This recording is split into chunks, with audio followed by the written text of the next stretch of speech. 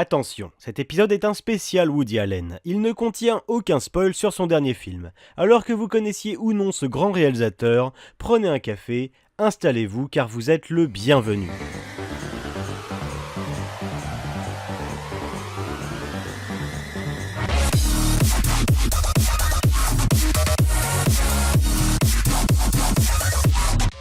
Woody Allen. Ce réalisateur est mythique tant il a été prolifique depuis les années 70. C'est simple, si on enlève Lily la Tigresse, son premier film qui n'en est pas vraiment un puisqu'il ne s'agit que d'un redoublage parodique d'un film de série B japonais, si on enlève les téléfilms, les courts-métrages, les séries, les documentaires, cet homme a tout de même réalisé 47 longs-métrages. Revenons sur sa carrière qui s'est construite sur différentes périodes. Issu d'une famille juive d'immigrants d'origine russo-autrichienne, Alan Stewart Königsberg est né en 1935 à New York. Clarinettiste passionné de jazz, il gagne sa vie en écrivant des gags ensuite revendus à différents chroniqueurs. À 19 ans, il écrit des sketchs pour d'importantes émissions de télévision comme The Ed Sullivan Show ou le Tonight Show. Il fait son petit bout de chemin et enchaîne les succès. Il se produit sur scène et transforme ses défauts psychologiques, ses angoisses, en qualité théâtrale. Il développe ainsi un personnage d'intellectuel névrosé, instable et nerveux.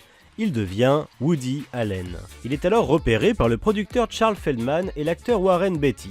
Il est chargé de co-scénariser le film Quoi de neuf Pussycat, afin de lui insuffler un ton comique. Après la sortie du film de Clive Donner, qui devient un grand succès, Woody Allen ressort pourtant de cette expérience frustré. Il est convaincu que le film aurait pu être meilleur s'il l'avait réalisé lui-même. C'est pourquoi, après avoir fait Lily la Tigresse en 1966, il réalisera 6 films pendant les 7 prochaines années. Il montre ainsi déjà sa capacité à réaliser beaucoup de films en peu de temps, et surtout il enchaîne les succès grâce à de pures comédies burlesques, s'appuyant sur de grosses farces, des gags visuels. Il s'essaie même à la parodie avec Guerre et Amour, une adaptation libre du colossal roman Guerre et Paix de Léon Tolstoï. Sa popularité grandit et il parvient même à faire la couverture du magazine Life en 1969. Mais ce n'est qu'à partir de 1976 que Woody Allen s'imposera définitivement avec 2 de ses films les plus célèbres, Annie Hall et Manhattan. Cette période dans sa filmographie se distingue par des œuvres plus personnelles où il use d'autodérision, mais toujours avec une légère mélancolie qui caractérise son travail. Mais c'est surtout ici que s'illustre sa première muse, Diane Keaton. Si elle avait déjà joué dans certains de ses premiers films, comme Woody et les robots ou Guerre et Amour, il faudra attendre 1978 avec Annie Hall pour lui faire remporter l'Oscar de la meilleure actrice. Pourtant, un film contraste avec les autres. Il s'agit d'Intérieur, qui rend hommage au style de Bergman.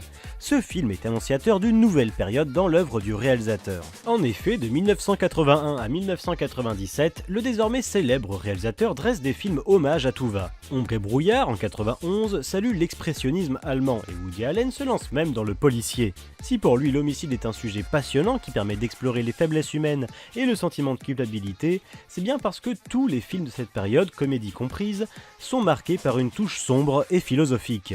C'est surtout sa rencontre avec Mia Farrow qui caractérisera ce moment clé de sa carrière. C'est simple, elle va jouer dans presque tous les films de cette période. Elle sera saluée dans les succès que sont Bordeaux Danny Rose, La Rose pourpre du Caire, Anna et ses sœurs ou encore Alice. Leur rupture en 1993 sera néanmoins un véritable scandale.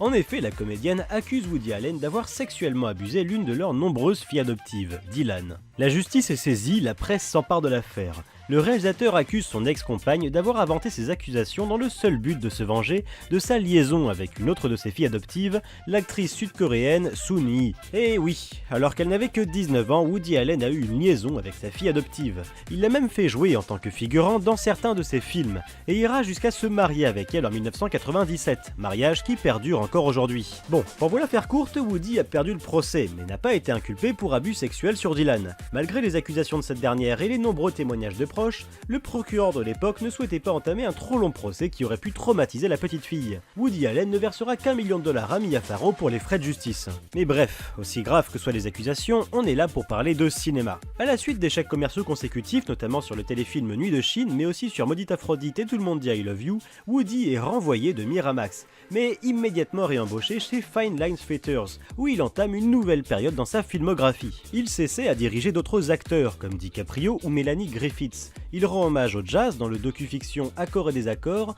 et retournera à la comédie pure au début des années 2000 avec Escroc mais pas trop, Le sortilège du scorpion de Jade, Hollywood Ending ou encore La vie et tout le reste. Mais même s'il tente de nouvelles choses, le public se lasse du personnage et les critiques sont de plus en plus défavorables. On dit alors de Woody Allen que ses meilleures années sont derrière lui. Mais entre 2005 et 2013, Woody Allen confirme qu'il n'en est rien, qu'il n'en a pas fini avec le cinéma et qu'il est toujours aussi créatif qu'auparavant. S'il continue à enchaîner un film par an, il multiplie les excursions en dehors des États-Unis. Il ira en Angleterre, en Espagne, en France, en Italie. Matchpoint avec Scarlett Johansson sera un véritable succès, le réalisateur le considérant comme son meilleur film.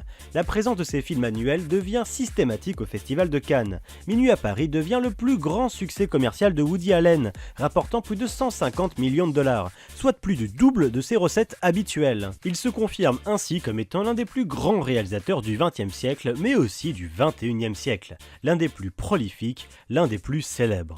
Aujourd'hui, Woody Allen semble vouloir se diriger vers hier, avec des films qui se déroulent à des époques bien précises.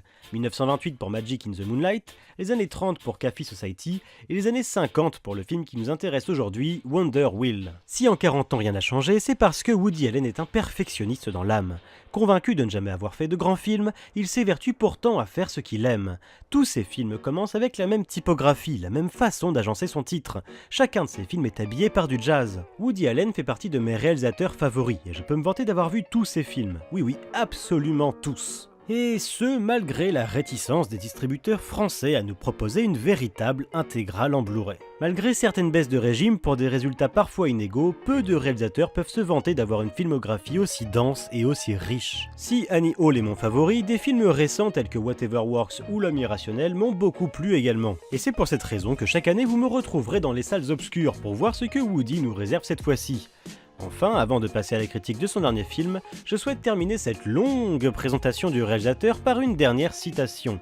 Je crois que je ne suis ni purement comique, ni purement tragique, simplement réaliste. Wonder Wheel donc est sorti le 1er décembre 2017 aux États-Unis et le 31 janvier chez nous.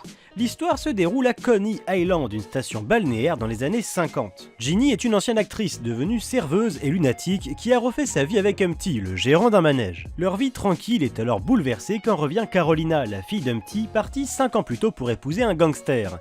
Je n'en savais pas plus avant d'aller voir le film et je n'ai pas besoin de vous en dire plus pour vous en parler. Les thématiques abordées ne sont pas nouvelles pour Woody Allen. La vieillesse confrontée à la jeunesse, les triangles amoureux, une intrigue de fond policière, etc. Enfin là pour le coup il n'y a pas tellement d'etc, mais enfin bon. Si l'histoire est plaisante et se laisse suivre, ponctuée par quelques moments drôles, c'est surtout l'interprétation de Kate Winslet dans le rôle de Ginny qui rend le film très bon. Son personnage est lunatique, tantôt passionnée, amoureuse, fleur bleue, tantôt hystérique, colérique, jalouse. Elle a des maux de tête fréquents, véritable running gag, a un caractère bien instable. Ginny est à l'aube de son 40e anniversaire, elle se sent vieillir et comprend que sa carrière d'actrice est derrière elle. Ses confrontations avec sa belle-fille Carolina, 25 ans, naïve et rêveuse, multiplie ses maux de tête, ses angoisses amoureuses et c'est beau à voir tant l'actrice se donne à fond pour ce rôle. Enfin, le rôle du père, interprété par James Belushi, est d'autant plus plaisant que je n'ai pas souvent vu ce genre de personnage dans les films du réalisateur. Cet ancien alcoolique, rustre et violent au cœur tendre, n'est pas le plus original, mais avec les répliques de Woody Allen, il en devient drôle et savoureux, c'est un style qui ne s'imite pas. Mais plus que l'histoire et ses personnages, ce film m'a beaucoup étonné. Il s'agit d'un des films de Woody Allen, à mon sens, où son travail sur la mise en scène est l'un des plus poussés que j'ai pu voir. Il faut bien comprendre que Woody Allen a lui-même joué dans la majorité de ses films, et je pense sincèrement que maintenant qu'il est exclusivement derrière la caméra, le réalisateur se libère davantage et pousse ses idées de mise en scène plus loin qu'auparavant. Ici, en l'occurrence, c'est le travail sur la lumière, et plus spécifiquement sur la couleur, qui frappe.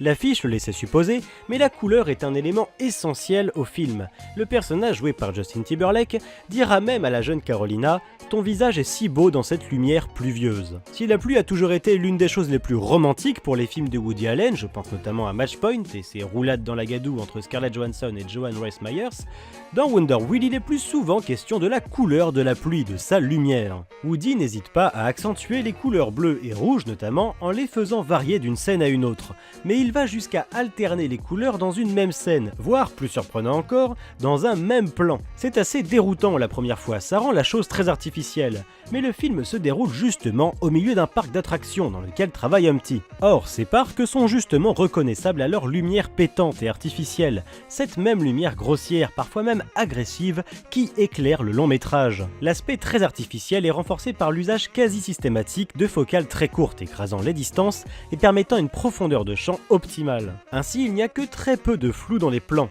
Même dans ceux se déroulant dans l'appartement familial, le parc est toujours parfaitement visible à travers les fenêtres. Une véritable ambiance est installée. Ce film est comme un parc d'attractions. Divertissant, parfois étouffant, mais aussi parfois calme, comme si on prenait la grande roue pour respirer un peu, prendre de la hauteur. Malgré ses excentricités, le réalisateur n'oublie pas qui il est. Le film est ultra référencé, presque tous les personnages ont un livre à la main. L'action se déroule à Brooklyn, il y a plein de jazz partout, bref, c'est du Woody Allen. Et c'est du très bon Woody Allen. Voilà, c'est tout pour aujourd'hui. Je vous donne rendez-vous en fin d'année ou en 2019 pour son prochain film, A Raining Day in New York. La pluie, New York, bon, on commence à connaître les bails. Autrement, je vous dis à dans 10 jours pour le prochain épisode de Popcorn.